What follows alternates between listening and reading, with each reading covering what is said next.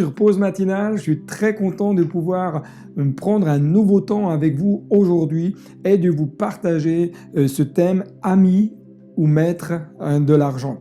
L'Ecclésiaste nous dit au chapitre 5, verset 9, « Celui qui aime l'argent n'est pas rassasié par l'argent et celui qui aime les richesses n'en profite pas. » C'est encore là une vanité. Tout est une question de position, tout est une question de cœur. Le problème n'est pas tant le fait d'avoir de l'argent, d'avoir des biens, d'avoir un beau terrain, une belle maison, une belle voiture, mais de savoir quelle est la place de l'argent dans notre vie et dans notre cœur.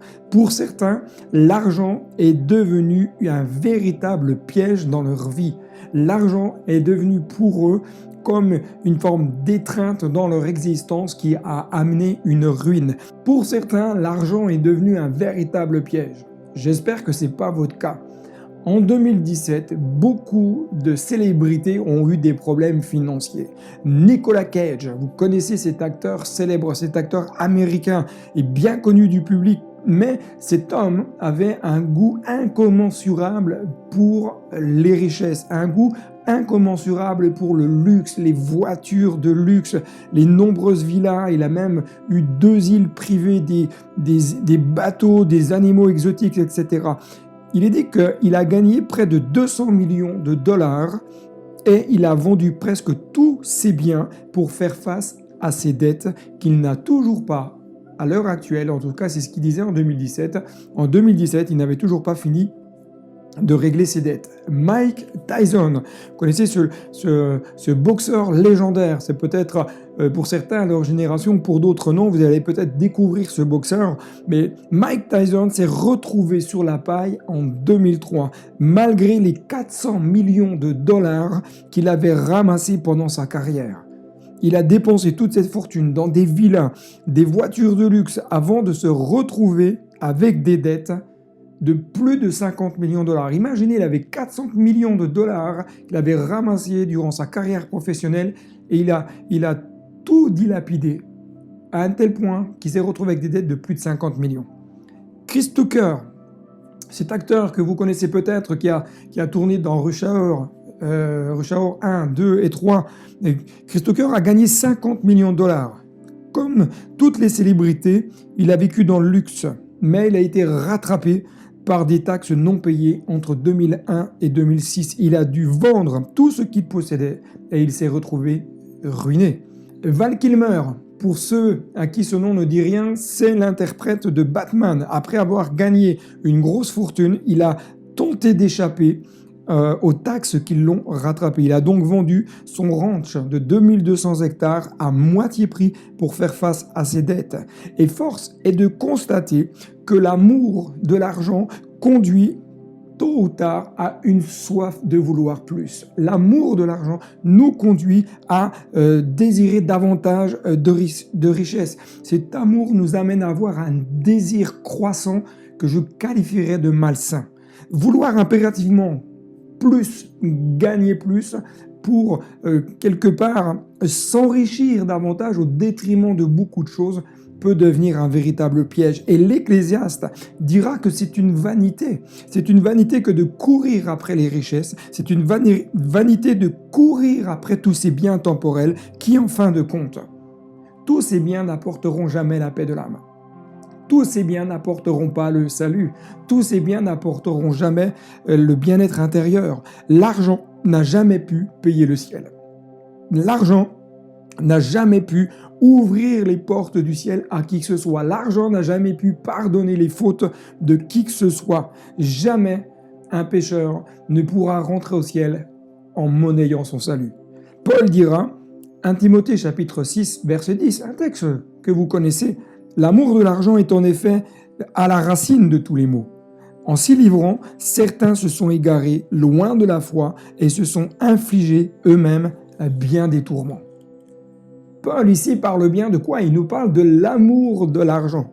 Non pas du fait d'avoir de l'argent, mais d'aimer davantage l'argent plus que Dieu. Ici, l'amour de l'argent nous parle de l'avarice, c'est-à-dire quelqu'un qui a du mal à mettre la main au portefeuille, donc quelle que soit la raison. Il parle d'un attachement excessif pour l'argent, une incapacité à dépenser, une volonté d'acquérir toujours davantage des richesses.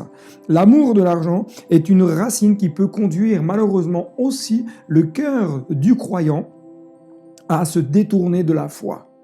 Pourquoi? Parce que le cœur, à un moment donné, lorsqu'il a des biens temporels, lorsqu'il y a des moyens financiers, le cœur va chercher davantage de solutions dans son porte-monnaie que de trouver des solutions auprès de Dieu.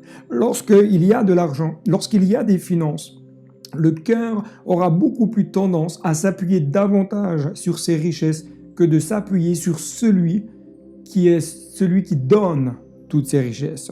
Dieu nous demande d'avoir une vie équilibrée. Dieu ne nous dit pas que nous devons être pauvres parce que nous sommes enfants de Dieu, mais Dieu nous demande de placer l'argent là où il doit être.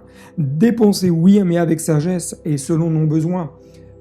Développer un business, oui, mais dans un équilibre. La véritable richesse que nous devrions tous rechercher, c'est celle que Paul nous partage dans l'Épître aux Timothée, chapitre 6, versets 6 à 9. Il dit « La piété est pourtant une grande source de profit quand on se contente de ce que l'on a. En effet, nous n'avons rien apporté dans le monde et il est évident que nous ne pouvons rien en emporter. Si donc nous avons de la nourriture et des vêtements, cela nous suffira. Quant à ceux qui veulent s'enrichir, ils tombent dans la tentation, dans un piège et dans une foule de désirs stupides et nuisibles. Ils plongent les hommes dans la ruine et provoquent leur perte. » La plus belle des richesses que nous devons rechercher, c'est la présence de Dieu. La piété, c'est une grande source de profit, nous dit Paul. C'est ce cœur qui va rechercher à vivre l'intimité de Dieu. C'est ce cœur qui va rechercher à vivre selon les principes divins. Quelqu'un qui vit dans la piété, c'est quelqu'un qui vit dans le respect de Dieu, dans la révérence de qui est Dieu, dans le respect de qui est Dieu, dans une crainte selon Dieu. Le cœur qui est ainsi cherche dans son quotidien à plaire à celui qui l'a enrôlé. Nous sommes tous appelés à veiller à rendre grâce pour ce que nous avons, ce que nous avons dans notre quotidien, sans chercher impérativement à avoir davantage pour satisfaire nos convoitises.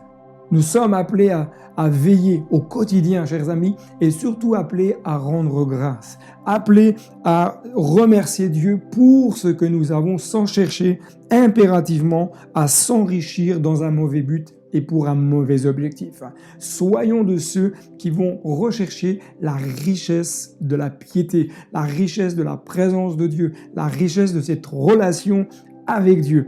Et je peux vous dire que, quels que soient nos besoins, Dieu y pourvoira parce qu'il est celui qui détient toutes les richesses dont nous avons besoin.